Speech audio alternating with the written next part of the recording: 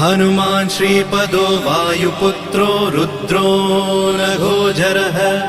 अमृत्यवीरवीरश्च ग्रामवासो जनाश्रयः धनदो निर्गुणः शूरो वीरो निधिपतिर्मुनिः पिङ्गाक्षो वरदो वाग्मी सीताशोकविनाशकः शिवः शर्वत्परो व्यक्तो व्यक्तो धराधरः पिङ्गकेशः पिङ्गरोमा श्रुतिगम्यः सनातनः अनादिर्भगवान् देवो विश्वहेतुर्जनाश्रयः आरोग्यकर्ता विश्वेशो विश्वनाथो हरीश्वरः भर्गो रामो रामभक्तः कल्याणप्रकृतिस्थिरः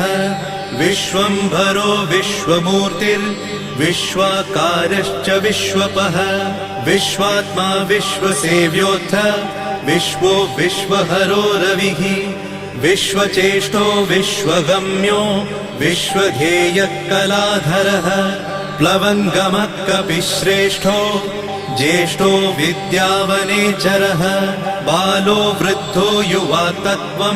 तत्त्वगम्यः सुखो यजः अञ्जनासूनुरवि